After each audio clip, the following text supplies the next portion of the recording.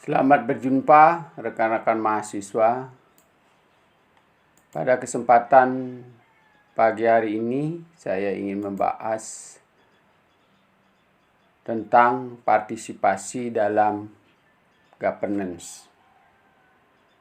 Jadi seperti saudara-saudara ketahui bahwa dalam proses setiap pelaksanaan pembangunan tentu sangat diperlukan apa yang namanya partisipasi tersebut. Partisipasi pada prinsipnya jadi akan menuntut masyarakat harus diberdayakan, diberikan kesempatan dan ikut sertakan untuk berperan dalam proses-proses birokrasi. Mulai dari tahap perencanaan, pelaksanaan, pengawasan. Nah, wujud partisipasi ini bisa dilakukan secara langsung maupun tidak langsung. Jadi secara langsung kita akan memberikan masukan kepada para pemegang birokrasi untuk memberikan solusi atau usulan-usulan bagaimana si birokrasi itu yang diinginkan oleh masyarakat. Secara tidak langsung kita akan mengikuti birokrasi-birokrasi yang sudah disusun sedemikian rupa tatkala saudara-saudara menerima sebuah layanan, ya. Kemudian juga melalui perwakilan kita, ya, birokrasi itu bisa ditata ulang. Ya. Apa sih pentingnya partisipasi di dalam governance? Nah, kita melihat bahwa suara rakyat atau suara masyarakat dalam proses pengambilan keputusan itu sangat berpengaruh, ya. Sehingga perlu kiranya suara masyarakat itu diatur sedemikian rupa sehingga menjadi sangat cerdas, sehingga hasil-hasil usulan yang disampaikan itu dapat dilaksanakan dan berkualitas. Melibatkan masyarakat secara perorangan dalam proses kebijakan. Jadi masyarakat yang memiliki keahlian tertentu itu bisa dilibatkan langsung dalam proses pengambilan keputusan. Atau misalnya kalau di desa itu ada tokoh-tokoh masyarakat. Ini disebut dengan inklusi. Mengembangkan keterampilan masyarakat, ya. Jadi sebenarnya partisipasi itu selain memberikan kontribusi masyarakat kepada perubahan birokrasi kita, juga ada konsep pemberdayaan. Jadi setiap masyarakat semestinya berkompetisi untuk dapat memberikan masukan yang positif terhadap tatanan birokrasi kita. Jadi mereka akan membekali diri dengan keahlian dan kemampuan dalam menyampaikan pendapat, ya. Kemudian mengarahkan kepada keputusan rasional berdasarkan pertimbangan publik atau konsep deliberasi atau musyawarah mufakat, ya. Jadi bagaimana sedapat mungkin bahwa birokrasi yang diterima dalam wujud layanan itu adalah sebagian besar merupakan aspirasi dari kepentingan masyarakat. Lalu meningkatkan legitimasi keputusan. Jadi dengan partisipasi dapat meningkatkan rasa memiliki dari masyarakat sehingga mereka akan dapat memahami bahwa setiap partisipasi diberikan itu akan tersalur dalam wujud pelayanan yang diberikan oleh birokrasi pemerintah. Sehingga mereka akan menyadari bahwa baik buruknya sebuah birokrasi dalam melakukan pelayanan adalah merupakan bagian atau refleksi dari partisipasi masyarakat.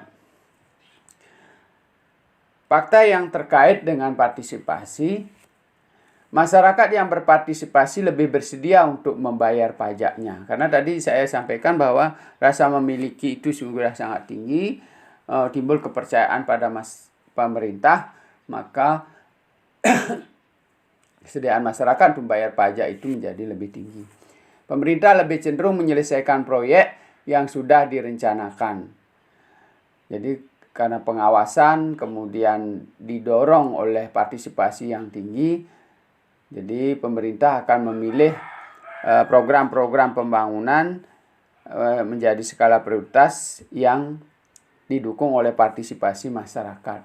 Keuangan negara dikelola dengan baik dan kerentanan terhadap korupsi lebih berkurang. Masyarakat yang berpartisipasi lebih mempercayai lembaga publik. Pengeluaran negara lebih cenderung menguntungkan masyarakat yang berpenghasilan rendah. Kemiskinan menjadi berkurang, itu pendapatnya Tiago Peixoto ya. Jadi kalau kita berpartisipasi, biaya pemerintah itu semakin ringan, ya, kepercayaan masyarakat pada pemerintah itu meningkat, dan notabene hasil-hasil pembangunan itu akan menguntungkan masyarakat yang berekonomi lemah. Kenapa demikian? Karena yang berpartisipasi banyak adalah sebagian besar masyarakat yang kita miliki itu berekonomi lemah. Jadi kalau mereka melakukan partisipasi dengan gotong royong, dengan memberikan pendapat, ya, dengan aktif dalam proses-proses perubahan birokrasi, maka keuntungan bagi mereka dalam memperoleh layanan publik. Nah, beberapa manfaat dari partisipasi.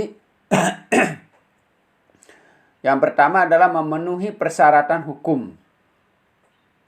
Jadi kadang di dalam proses perencanaan pembangunan maupun penyusunan birokrasi ada persyaratan bahwa dalam menyusun perencanaan itu harus ada partisipasi. Jadi secara hukum legitimasinya menjadi kuat. Fungsi untuk mewujudkan cita-cita partisipasi demokrasi dan keadilan sosial jelas. Jadi mendorong suasana demokrasi dan keadilan sosial di masyarakat. Memberikan informasi kepada masyarakat, pemahaman masalah publik, ya. Jadi masyarakat ikut terlibat setiap saat, akan terjadi kecerdasan mereka untuk memahami persoalan-persoalan publik. Mereka akan menggali informasi-informasi secara luas tentang bagaimana memperbaiki kondisi mereka melalui birokrasi. Menggali potensi dalam mencari solusi, menghasilkan dukungan untuk keputusan serta implementasinya. Mengendalikan ketidakpastian. Jadi dengan partisipasi ini, hal-hal yang tidak bisa tertutupi oleh birokrasi pemerintah, maka akan dilengkapi oleh partisipasi masyarakat. Sehingga hal-hal yang menyangkut ketidakpastian itu akan menjadi lebih berkurang. Meminimalkan risiko, menciptakan dan mempertahankan kapasitas adaptif untuk memecahkan masalah. Jadi ini yang sangat penting, bagaimana supaya masyarakat itu terdidik dan terpelajar, memiliki kemampuan untuk mengadaptasikan dirinya dalam memecahkan berbagai persoalan yang ada di dalam masyarakat. Pendapat lain menyebutkan bahwa partisipasi itu menciptakan keberadaban. Jadi akan muncul pemahaman sosial baru bahwa masyarakat itu perlu diperhatikan pendapatnya, memberikan kesempatan untuk belajar, dan berpartisipasi untuk mewujudkan demokrasi yang hakiki di dalam masyarakat.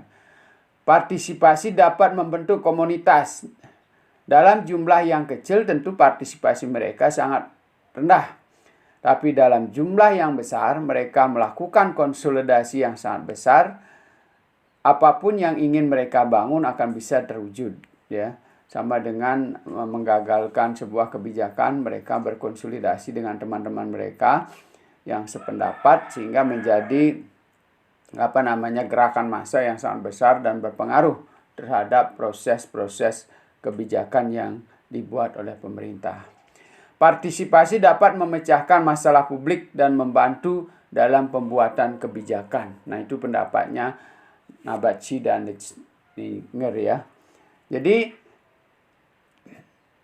dengan banyak pikiran, banyak kontribusi dari masyarakat, masalah-masalah publik yang besar sekalipun bisa kita selesaikan. Kenapa? Karena yang pertama menyatukan pendapat masyarakat, peningkatan akuntabilitas pejabat publik, membangkitkan lebih banyak komunikasi. Jadi akan terjadi komunikasi, proses pembelajaran, proses demokrasi di antara orang-orang yang ada di dalam masyarakat, mendorong masyarakat bertindak dalam pemecahan masalah, menghasilkan inisiatif ide-ide baru, mendorong publik private partnership. Jadi kita mendorong kerjasama atau kolaborasi privat dengan pemerintah. Kemudian pendapatnya Crichton, jadi dengan partisipasi dapat meningkatkan kualitas keputusan, biaya yang harus ditanggung tentang biaya keterlambatan di sini maksudnya jika tidak ada partisipasi dan pengawasan, birokrasi kita bekerja sangat lambat dan berpengaruh terhadap biaya-biaya yang dikeluarkan baik oleh pemerintah maupun oleh masyarakat itu sendiri ya. Jadi mereka akan berkali-kali berurusan sementara pemerintah akan menghabiskan banyak waktu untuk mengerjakan satu persoalan. Membangun konsensus, kemudahan dalam implementasi, menghindari konfrontasi, jadi terjadinya konflik atau pertentangan atau penolakan setiap pelaksanaan birokrasi, mempertahankan kredibilitas dan legitimasi, mengantisipasi masalah publik yang lebih besar ya. Jadi kalau birokrasi kita dianggap kaku dan tidak fleksibel untuk bisa menyelesaikan persoalan masyarakat, maka akan muncul masalah-masalah baru dari pelaksanaan sebuah birokrasi. Mengembangkan masyarakat sipil, itu yang saya maksud adalah pencerdasan dan sistem pembelajaran publik ya, sehingga masyarakat menjadi cerdas dalam menyelesaikan persoalan-persoalan yang mereka hadapi. Selanjutnya indikator partisipasi. Ada jaminan hukum dari pemerintah mengenai partisipasi masyarakat. Jadi dalam produk hukumnya mereka memberi ruang untuk partisipasi masyarakat. Jadi setiap undang-undang peraturan di situ dicantumkan bahwa partisipasi masyarakat itu wajib dilakukan ya. Kemudian adanya forum untuk menampung aspirasi masyarakat yang representatif, jelas dan terbuka. Jadi setelah ada perdanya ada mekanismenya untuk menggali ruang publik untuk memberikan kesempatan berpartisipasi dari masyarakat. Kemampuan masyarakat terlibat dalam proses pembuatan, pelaksanaan, dan pengawasan keputusan. Jadi, setelah diberikan kesempatan partisipasi, masyarakat juga harus memiliki kemampuan dan keterampilan yang diperlukan di dalam berpartisipasi tersebut. Visi dan pengembangan berdasarkan pada konsensus antara pemerintah dan masyarakat. Jadi kadang untuk kegiatan program pembangunan lebih lanjut perlu ada konsensus antara pemerintah dan masyarakat terkait. Jadi ada perjanjian bertemu, ada tempat untuk melaksanakan rapat, ya, diskusi publik dan sebagainya. Hasil diskusi publik itu bisa dijadikan sebuah produk peraturan atau proses pentahapan dari perubahan birokrasi. Terdapatnya akses bagi masyarakat untuk menyampaikan pendapat. Jadi ada akses. Nah, kemudian kita lanjutkan dengan alat ukur partisipasi. Ada beberapa alat ukur yang bisa kita lakukan dalam upaya menggaungkan atau memberikan kesempatan ruang publik untuk berpartisipasi. Yang pertama adalah dengar pendapat atau public hearing. Jadi itu Pemda dengan masyarakat, DPRD dengan masyarakat bersama dengan kalangan swasta. Jadi kita dalam produk-produk kebijakan tertentu, para pejabat publik ini dapat melaksanakan dengar pendapat. Kemudian pertemuan kelompok masyarakat atau stakeholder, ya, apakah melalui FGD, apakah melalui paruman atau musyawarah mufakat. Jajak pendapat dengan menyebarkan kuesioner, ya, dengan baik secara elektronik maupun manual. Kemudian juga bisa melalui voting, ya, dalam perubahan-perubahan tertentu. Kemudian laporan penelitian dan kajian ini juga bisa dipakai sebagai wujud partisipasi. Melalui penelitian dan kajian kita dapat mengetahui berbagai persoalan yang ada di masyarakat untuk dirumuskan oleh pejabat-pejabat publik menjadi sebuah kebijakan atau perencanaan pembangunan. Kemudian diskusi publik, ya tadi sudah saya sampaikan. Jadi setiap hasil keputusan atau kebijakan yang akan dituangkan atau perencanaan pembangunan yang akan dituangkan dalam rencana kerja pemerintah itu dilakukan diskusi publik. Ya, jadi kita dengan mengundang tokoh-tokoh masyarakat, ahli-ahli untuk mendiskusikan apakah program atau perencanaan pembangunan ini sudah tepat untuk wilayah kita. Kemudian electronic participation, bisa mailbox, telepon, email, website, juga bisa melalui netizen di setiap sosial media. Kemudian konferensi dan pertemuan meja bundar. Nah, ini sudah kita undang khusus kepada tokoh-tokoh masyarakat tertentu untuk melakukan konferensi atau seminar atau lokakarya untuk membahas satu pokok persoalan tertentu. Misalnya perencanaan pembangunan, misalnya masalah polusi udara, masalah lingkungan hidup, masalah kemiskinan, bencana alam dan seterusnya bisa kita gali melalui pertemuan-pertemuan atau konferensi dalam tingkat nasional dan internasional. Nah, kemudian kita sampai pada proses partisipasi. Menginformasikan, yang pertama adalah menginformasikan, pemberian informasi yang seimbang dan objektif kepada masyarakat. Jadi data dan informasi dikelola sedemikian rupa sehingga menjadi ketertarikan bagi masyarakat untuk berpartisipasi. Jadi ini juga tidak kalah pentingnya bagaimana kalau kita ingin mendorong partisipasi. Tentu nanti kita akan mengundang atau memberikan informasi kepada masyarakat yang terkait dengan problem solving atau persoalan-persoalan yang akan kita bahas di dalam pertemuan partisipasi.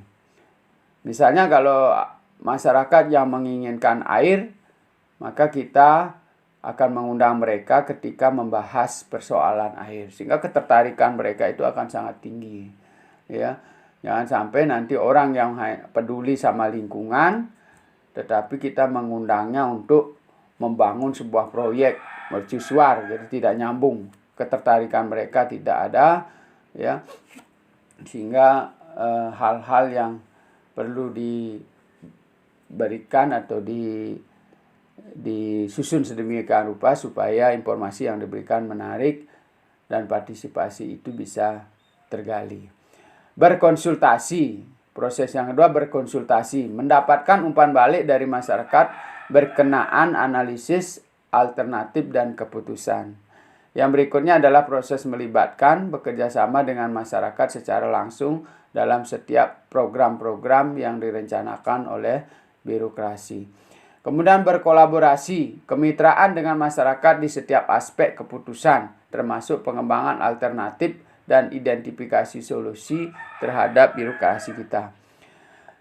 Kemudian memberdayakan, mendorong demokrasi dengan pemberdayaan memastikan akuntabilitas dan transparansi serta prediktabilitas akan terjadi. Jadi pengurangan risiko tentang ketidakpastian bisa kita kurangi, ya, karena semakin banyak orang yang kita libatkan, maka hal-hal yang kita prediksi akan mengganggu perjalanan birokrasi kita itu bisa dikurangi karena sejak awal sudah diketahui oleh berbagai pihak dengan pemikiran dan keahlian mereka masing-masing. Kemudian tadi sudah dijelaskan tentang bentuk-bentuk partisipasi, ada partisipasi langsung, ada partisipasi tidak langsung.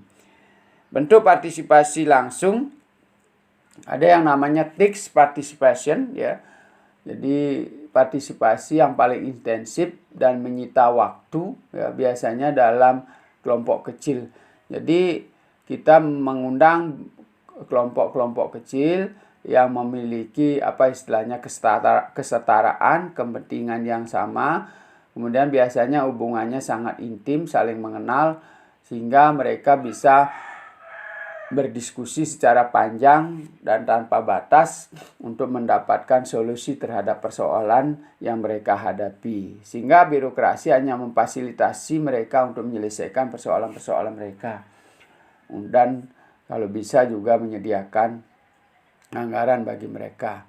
Tapi sebenarnya yang menyelesaikan nanti persoalan itu, apakah pembangunan, apakah itu layanan publik, adalah mereka sendiri.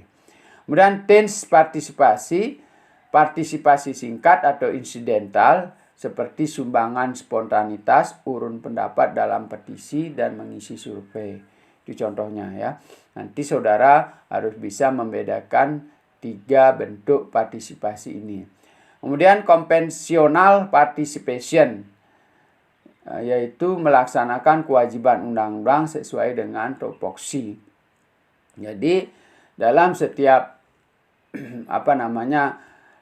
proses pembangunan atau perhelatan politik, di situ ada kewajiban-kewajiban yang secara undang-undang memang diatur apa saja yang boleh diikuti oleh masyarakat untuk berpartisipasi dalam kegiatan tersebut.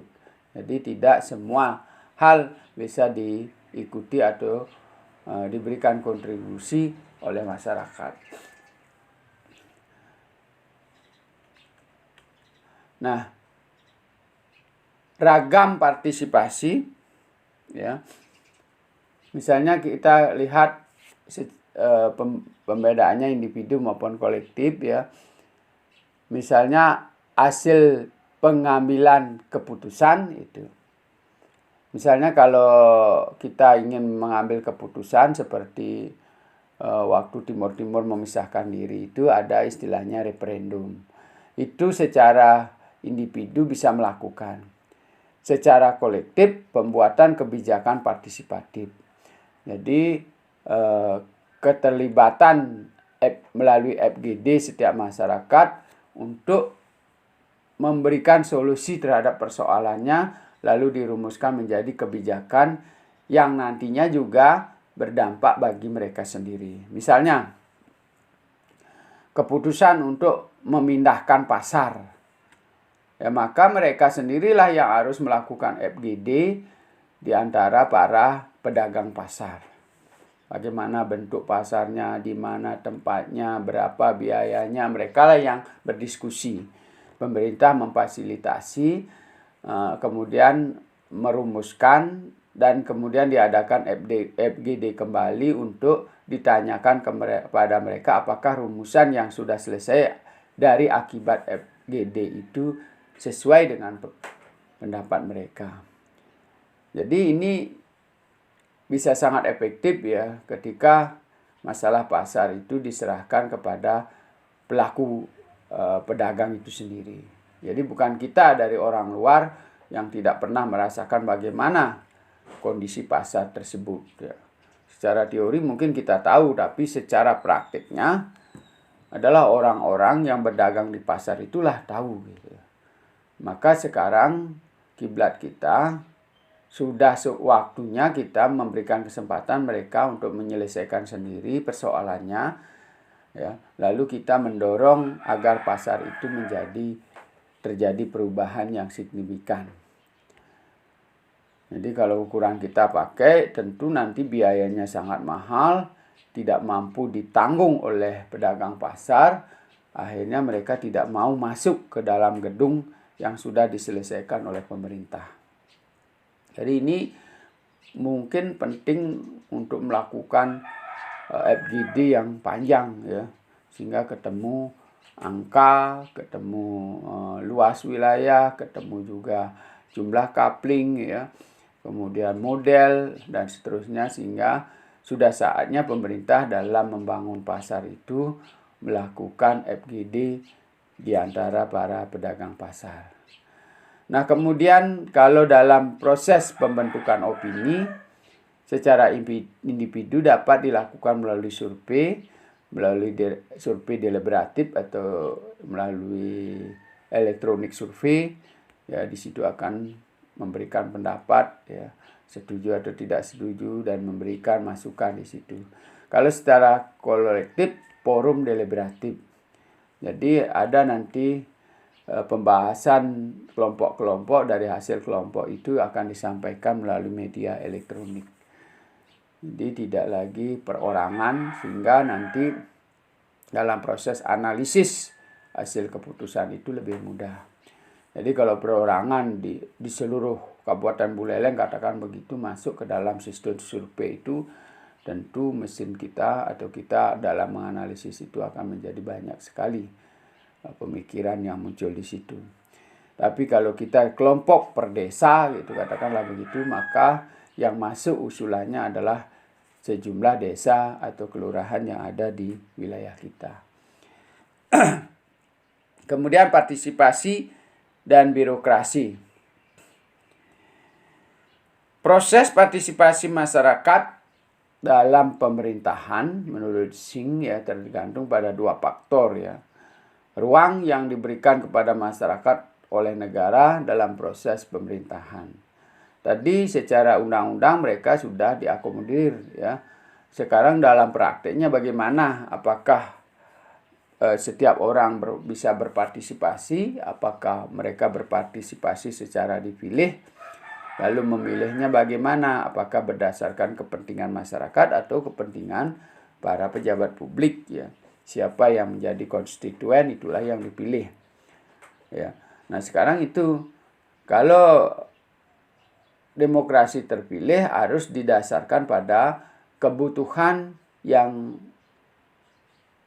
ingin diselesaikan ya, kebutuhan masalah yang ingin diselesaikan. Tidak juga berdasarkan keinginan masyarakat, tidak juga berdasarkan keinginan pejabat publik, tapi keinginan yang dituangkan karena persoalan atau permasalahan publik yang diselesaikan ya. Bagaimana proses tersebut difasilitasi oleh pemerintah? Jadi apakah itu diberikan sedemikian rupa sehingga masyarakat merasa senang dalam berpartisipasi, apa merasa terpaksa, apakah merasa dikontrol atau didikte dan seterusnya ya. Terlibatnya masyarakat, asosiasi dan civil society dalam pengambilan keputusan dan pelaksanaan administrasi negara didasari oleh 3 pemikiran. Yang pertama, teori normatif dari demokrasi deliberasi ya, terhadap kebutuhan masyarakat dan sebagai sarana untuk menciptakan masyarakat yang bertanggung jawab dan terlibat. Jadi deliberasi ini kuncinya adalah musyawarah mufakat, sehingga nanti dari situ akan menghasilkan kondisi bahwa masyarakat akan menjadi penting untuk bertanggung jawab dan terlibat dalam setiap proses yang dilakukan oleh birokrasi. Kemudian teori Kant dan Ostrom merumuskan bahwa kekuasaan harus digunakan untuk memeriksa kekuasaan. Masyarakat dapat bekerja sebagai mekanisme kontrol. Jadi masyarakat itu sebagai pemegang kedaulatan tertinggi juga harus dipahami memiliki kekuatan dan kekuasaan untuk mengendalikan kekuasaan para pejabat publik ya. Jadi mereka tidak semena-mena lagi dalam menjalankan birokrasi pemerintah ya. Kemudian kita lihat dari sudut pandang instrumental. Jadi partisipasi dipandang sebagai sarana meningkatkan efisiensi dan menjaga stabilitas. Jadi sebenarnya partisipasi itu adalah merupakan alat untuk mencapai efisiensi dan menjaga stabilitas birokrasi pemerintah. Apa kontribusi dari partisipasi terhadap good governance atau tata kelola pemerintahan yang baik? Jadi pertama, masyarakat mendorong pemerintah untuk lebih akuntabel, responsif, efisien, dan efektif. Ya. Kemudian membangun pelayanan publik dan program pemerintah lebih efektif dan berkelanjutan, memberikan kesempatan pada masyarakat bahwa masyarakat bawah ya, masyarakat akar rumput mempengaruhi kebijakan atau pelayanan publik untuk lebih dapat meningkatkan kesejahteraan masyarakat. Membantu individu untuk menjadi dewasa dalam kehidupan bermasyarakat, menjadi lebih terdidik, bersifat toleran, dan bersimpati pada akhirnya berpengaruh pada kualitas kebijakan publik. Ya, jadi ini learning proses ini akan terjadi ketika partisipasi itu sudah menjadi bagian dari kehidupan birokrasi kita. Membantu pengembangan demokrasi yang sehat. Membangun rasa saling memahami yang lebih baik antara pemerintah dan masyarakat. Itulah pentingnya partisipasi di dalam birokrasi pemerintah. Kemudian kita lanjutkan efektivitas partisipasi masyarakat dalam birokrasi. Jadi sebenarnya syarat partisipasi itu harus dipenuhi yang sudah saya jelaskan tadi ya. Ada peraturannya, memberikan ruang yang sangat terbuka pada masyarakat dan seterusnya ya. Kemudian prinsip-prinsip partisipasi, cara partisipasi yang efektif ya. Kemudian ada desain partisipasi, apakah melalui FGD, apakah diskusi publik, apakah melalui media elektronik. Jadi sesuai dengan kebutuhan ya, sesuai dengan pokok persoalan yang akan kita bahas. Kemudian ada komponen partisipasi ya. Ada keterlibatan pemangku kepentingan secara efektif. Jadi ada insidental, ada yang memang secara terus-menerus kita butuhkan partisipasinya seperti para peneliti ya, kemudian akademisi, tenaga ahli ya, kemudian juga anggota DPR ya, terus melakukan hearing ya, dengar pendapat untuk menggali partisipasi masyarakat. Nah, apa syarat partisipasi yang saya sampaikan tadi? Yang pertama, kepemimpinan politik yang baik ya. Masyarakat yang diakui dan kompeten, pejabat publik yang bertanggung jawab, masyarakat umum mendapatkan informasi yang cukup atau simetris ya, tidak ada yang ditutupi, memastikan bahwa informasi yang diperlukan itu untuk mengambil keputusan secara jelas dan tepat ya. Kemudian jaringan komunikasi yang terorganisir dengan baik. Pihak yang berwenang dan masyarakat yang terlibat harus menunjukkan kesediaan untuk bertanggung jawab, melakukan survei tentang lingkungan yang menjadi tujuan partisipasi, partisipasi di semua tingkatan, baik di pedesaan maupun di perkotaan. Nah, lalu prinsip-prinsip partisipasi yang harus dikembangkan.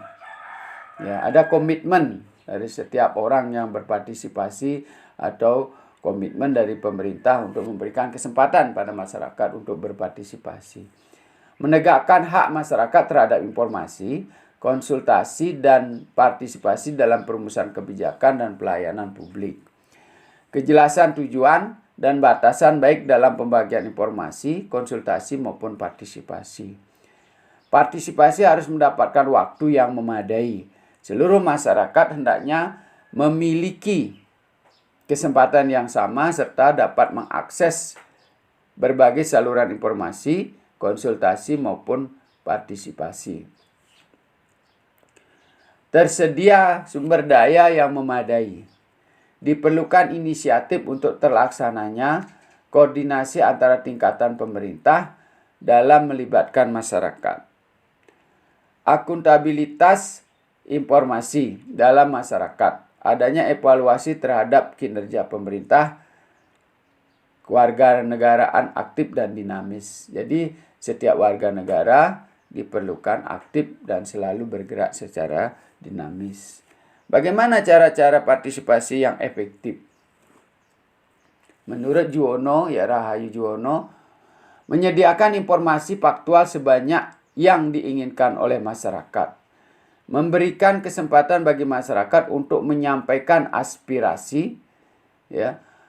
Partisipasi harus dapat menyediakan berbagai macam pilihan bagi masyarakat. Jadi ada pilihan karena nanti tidak semua orang memiliki kecerdasan yang sama, ya, keterampilan yang sama, sehingga mereka diberikan ruang untuk setiap orang untuk dapat berpartisipasi sesuai dengan kemampuannya. Memberikan rasa legitimasi politik kepada masyarakat, jadi mereka tidak boleh merasa terintimidasi, ya. Mereka tidak boleh merasa terpaksa, ya.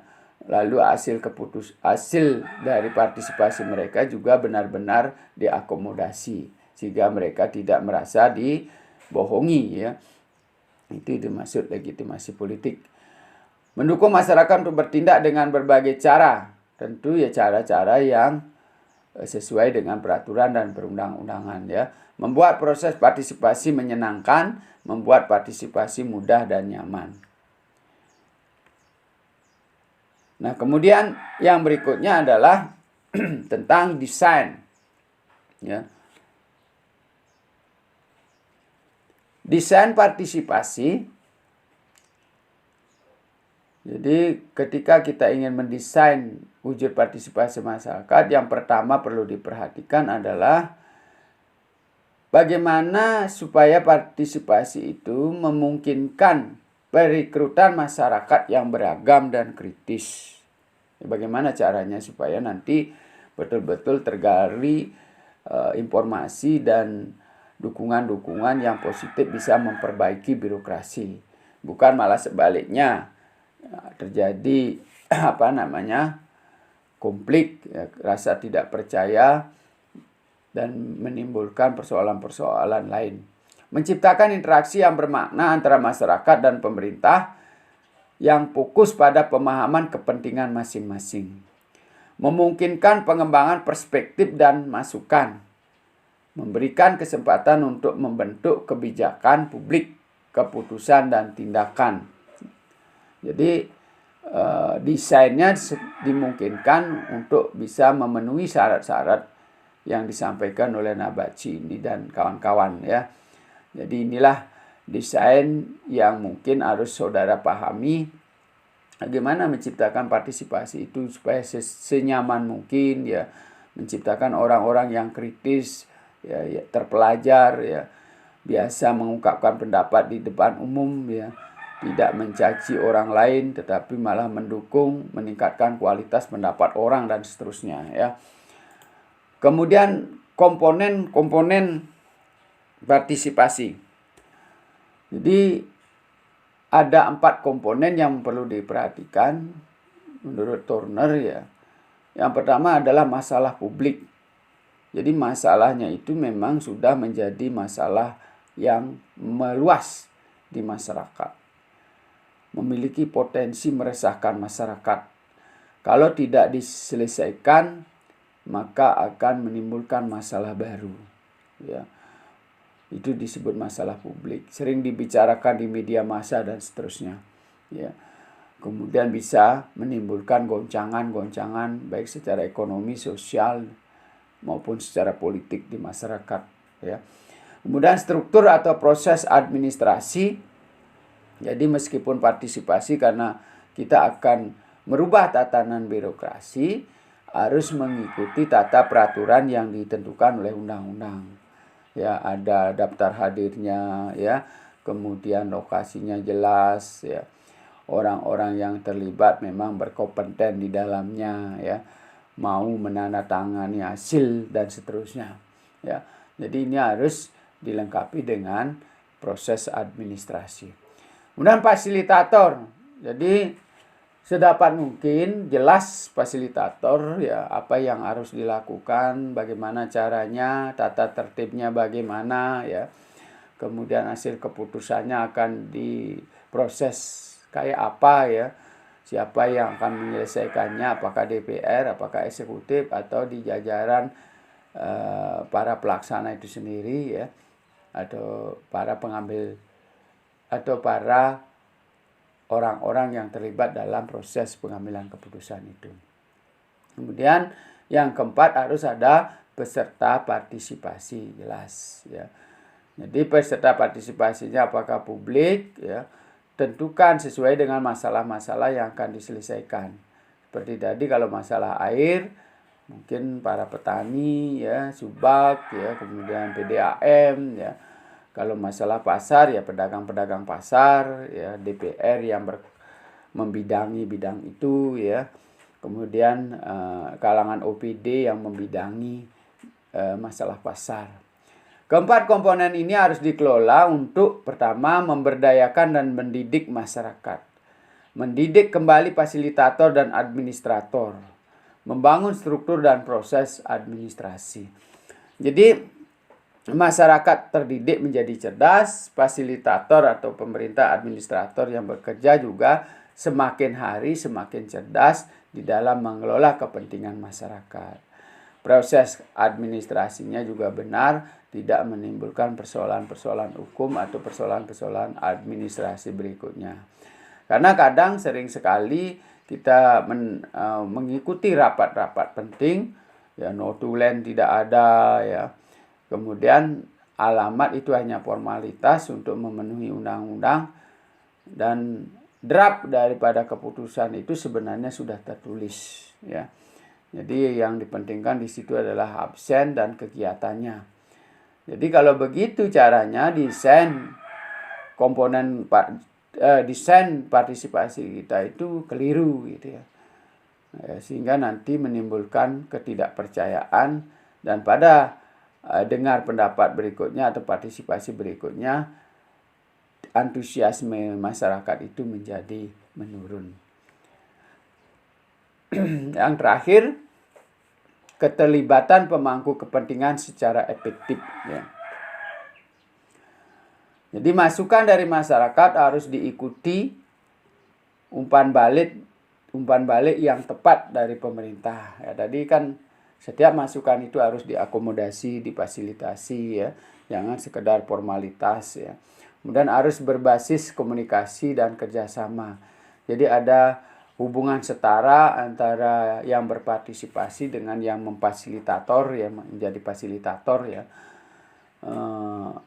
Sehingga nanti merasa saling memiliki ya, saling mengisi, saling mendukung, dan satu rasa sepenanggungan, dan hasilnya memang demikian dirumuskan dalam bentuk kebijakan-kebijakan yang mewakili kepentingan kelompok yang melakukan partisipasi itu. Melibatkan kegiatan advokasi harus didasarkan atas nama rakyat, bukan perwakilan dari individu. Nah, ini menurut Banner dan Amos ya. Jadi memang harus benar-benar perwakilan dari masyarakat yang diwakili ya. Jadi tidak juga semua ya, untuk di mana persoalan itu diselesaikan dan di mana partisipasi itu diperlukan. Nah, demikianlah betapa pentingnya partisipasi masyarakat dalam birokrasi kita. Selain mempermudah pekerjaan pemerintah,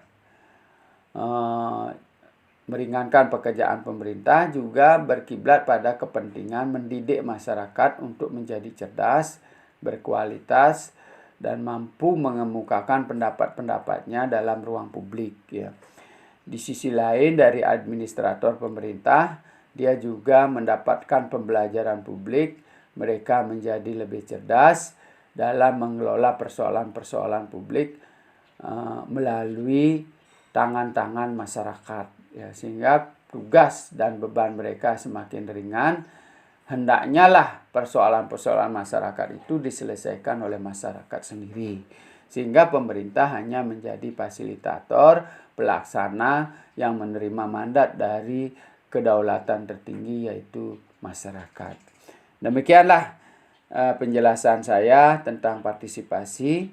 Semoga saudara bisa memahami dan mulai menerapkan sedikit demi sedikit, dan bagaimana bahwa partisipasi itu sangat penting dalam setiap proses pengambilan keputusan, perencanaan pembangunan, maupun dalam penyelesaian persoalan-persoalan masyarakat. Termasuk juga persoalan-persoalan individu saudara Apabila setiap komponen dalam keluarga itu mampu cerdas dan berkualitas untuk berpartisipasi, maka alamat kehidupan Anda akan sangat ringan. Setiap individu, anak, istri, ya, dan orang-orang yang ada di dalam keluarga kita akan menjadi aktif, cerdas, dan berkualitas. Semoga yang saya sampaikan pada saat ini bermanfaat. Terima kasih.